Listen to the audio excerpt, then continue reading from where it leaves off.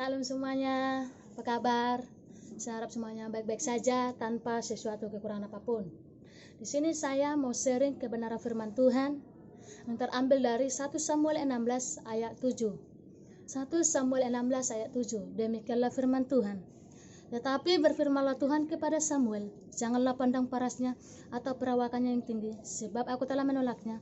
Bukan yang dilihat manusia, yang dilihat Allah. Manusia melihat apa yang di depan mata, tetapi Tuhan melihat hati. Amin. Ya, yang saya ambil temanya adalah Tuhan tidak memandang rupa, atau Tuhan tidak memandang fisik kita, atau Tuhan tidak memandang betapa pintarnya kita. Tuhan tidak memandang betapa hebatnya kita, tapi Tuhan melihat hati kita yang benar-benar rindu, yang benar-benar haus akan Tuhan. Ya, ini cerita tentang di mana Daud dipilih Tuhan. Sekalipun dia begitu muda, tapi Tuhan memilihnya. Mengapa? Karena dia setia. Kenapa setia? Karena dia benar-benar merindukan Tuhan, rindu hadirat Tuhan, rindu selalu ingin bersekutu dengan Tuhan. Ya, tapi di sini Tuhan menegur Samuel, jangan lihat parasnya, jangan lihat kepintarannya, jangan lihat tinggi badannya, jangan lihat kegantengannya, jangan lihat kecantikannya, jangan lihat kehebatannya, tapi lihat hatinya. Sekalipun kita pintar, sekalipun kita hebat, kalau kita nggak hidup di dalam Tuhan, saya mau katakan Tuhan menolak. Ya, tapi Samuel melihat abangnya si Saul, Eliab, tinggi, prajurit, seorang prajurit lagi, pastilah ini dipilih Tuhan. Tapi Tuhan berfirman, saya telah menolaknya. Ya, Tuhan berkata di tempat ini, manusia melihat apa yang di depan mata, tapi Tuhan melihat hati. Sekalipun mungkin kita dipandang orang begitu rendah, sekalipun mungkin dipandang orang kita begitu hina, gak mungkin, gak layak, tapi Tuhan berkenan atas kita. Amin. Itu yang penting, itu yang penting. Lalu, kalau Tuhan tidak memandang rupa, lalu apa yang Tuhan lihat daripada kita? Ya, ada 3 poin yang harus saya sampaikan saat ini, di mana saya harus menyampaikan jikalau Tuhan tidak melihat rupa, lalu apa yang Tuhan lihat? Yang pertama, kesetiaan. Ya, kesetiaan kita yang terambil dari 1 Petrus 2 ayat 21. Kesetiaan kita, 1 Petrus 2 ayat 21. Demikianlah firman Tuhan, sebab untuk itulah kamu dipanggil, karena Kristus pun telah menderita untuk kamu dan telah meninggalkan teladan bagi kamu, supaya kamu mengikuti jejaknya. Amin. Ya, kesetiaan kita. Kenapa Daud harus dipilih Tuhan? Kenapa sih nggak abangnya? Kita tahu Daud masih muda, tapi dia setia. Firman Tuhan berkata di ayat lain, di dalam Samuel juga, 1, 2, 3 ekor domba. Dia setia menggembalakan dombanya yang bapaknya kasih. Tapi dia setia, ya kan?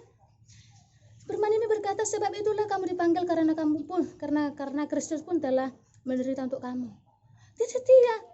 Jadi kita harus setia. Kalau Tuhan mau pakai kita, harus setia, ya kan? Walaupun Tuhan tidak memandang rupa, tapi Tuhan melihat kesetiaan kita.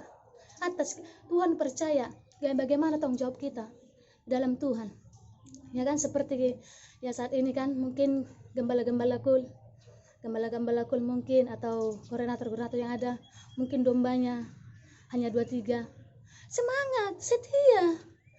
Ya kan, seperti itu kisah saya, ada gembala kita 2 aja nyandong anak saya, ya udahlah nggak apa-apa gitu. Tidak setia.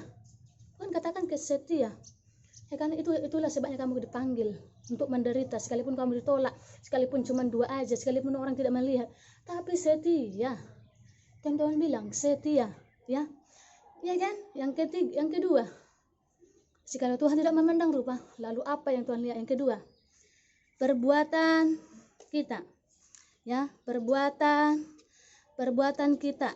1 Korintus 16 ayat 14. Ya, lakukanlah segala pekerjaanmu dalam kasih. Amin. Itu saja. Lakukanlah pekerjaan dalam kasih. Kalau kamu sudah setia, lakukan pekerjaanmu.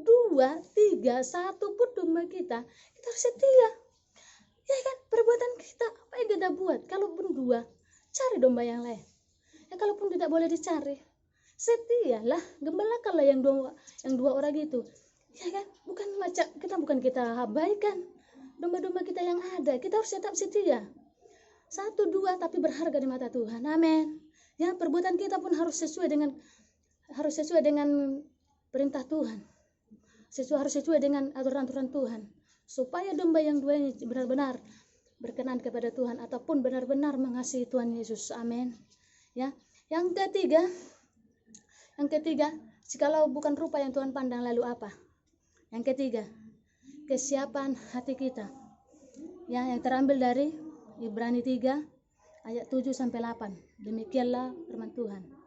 Sebab itu seperti yang katakan Roh Kudus pada hari ini, jika kamu mendengar suaranya, janganlah keraskan hatimu, seperti dalam kegeraman pada waktu pencobaan di padang gurun, di mana nenek moyang mencobai aku dengan jalan menguji aku, sekalipun mereka melihat perbuatan-perbuatanku 40 tahun lamanya. Amin. Ya, kesetiaan hati kita, kesiapan hati kita. Kalau udah dipilih kita jadi gembala, kita nggak cukup setia, nggak cukup cuma perbuatan kita yang baik, tapi kita harus siap. Itu sebab kita harus siap. Kita dipilih jadi gembala bukan hanya karena dipilih, tapi kita harus siap. Kenapa Daud siap? Karena dia terbiasa menggambalakan 1, 2, 3. Kenapa dia siap? Jadi harus jadi raja bangsa Israel.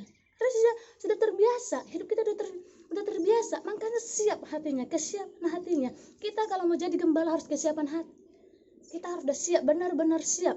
Kalau nggak siap, janganlah coba-coba. Saya mau katakan kamu pasti cepat atau lambat mundur secara beratur. Tapi Tuhan bilang harus setia, jangan keraskan hatimu, harus siap.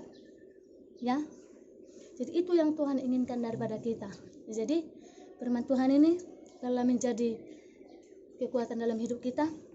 Ya, Tuhan, ingatlah Tuhan tidak memandang rupa. Seburuk apapun kita di mata manusia, sejelek apapun kita di mata manusia, tapi kita berharga di mata Tuhan. Jadi kalau kita melakukan yang 3 ini, kita harus setia, perbuatan kita harus benar di hadapan Tuhan, kesiapan hati kita untuk menerima proses-proses yang daripada Tuhan. Amin. Ya, demikian firman Tuhan. Semoga memberkati kita semua. Tuhan Yesus memberkati.